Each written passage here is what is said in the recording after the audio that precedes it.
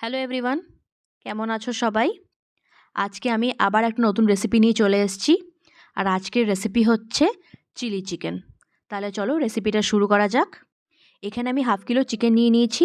এর মধ্যে আমি অ্যাড করছি চিলি সস, আদা রসুন আর লঙ্কার পেস্ট, সামান্য নুন দিয়ে আমি এটাকে ভালো করে মিক্স করে তারপর অ্যাড করছি ময়দা। এখানে আমি 2 টেবিল স্পুন ময়দা নিয়েছি আর আমি এতে কোনো জল ব্যবহার করিনি।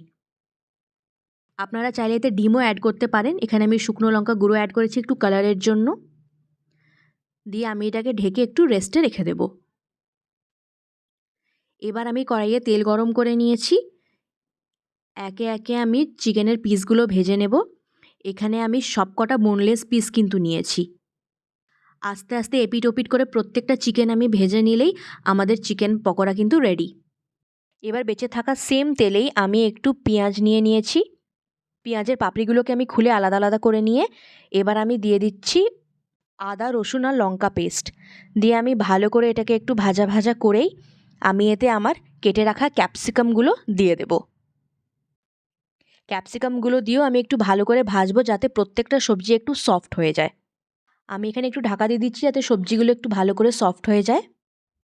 এবার আমি স্বাদ মতো নুন অ্যাড করে দিচ্ছি। একটু ভালো করে নেড়ে আমি আবার ঢেকে দেবো যাতে সবজিগুলো ভালো করে আরও একটু সফট হয়ে যায়।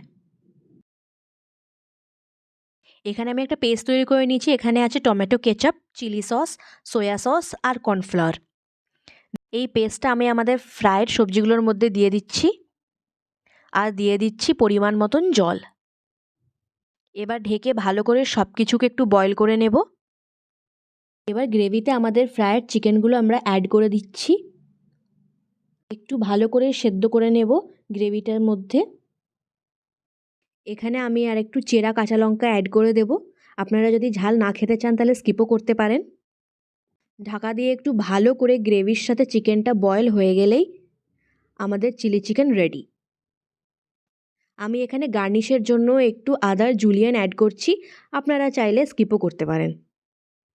আমাদের চিলি চিকেন রেডি হয়ে গেছে। আপনাদের যদি আমার ভিডিওটা ভালো লেগেছে তাহলে আমার পেজটাকে ফলো করবেন, আমার ভিডিওগুলোকে শেয়ার করবেন, লাইক করবেন আর কমেন্ট করবেন।